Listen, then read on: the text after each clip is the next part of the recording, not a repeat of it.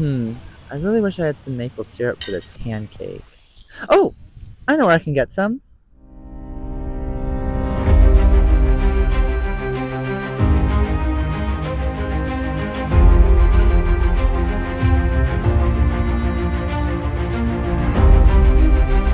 This is exactly what I've been looking for.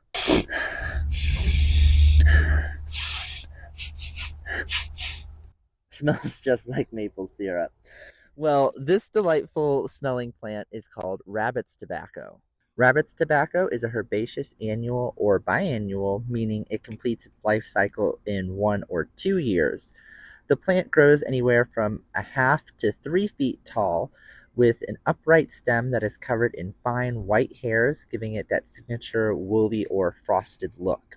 When the leaves of this plant are crushed, left to dry, or even if you just sniff the flowers, a pleasant maple syrup aroma emits from it. Now, if we look closely at the leaves, we can see that they are simple, alternate, lance-shaped, with the undersides of the leaves being covered in the same white woolly hairs as the stem.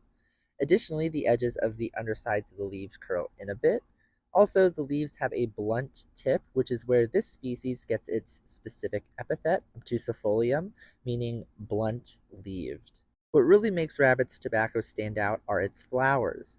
From July to November, rabbit's tobacco produces inflorescences of tiny white and yellow heads.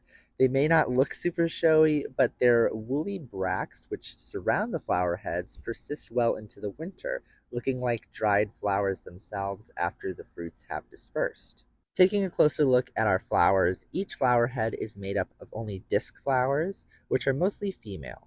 There can be 38 to 96 of these female or pistillate flowers in one head, each containing a single pistil, whereas there can also be 4 to 11 bisexual flowers with a pistil as well as 5 stamen in each flower.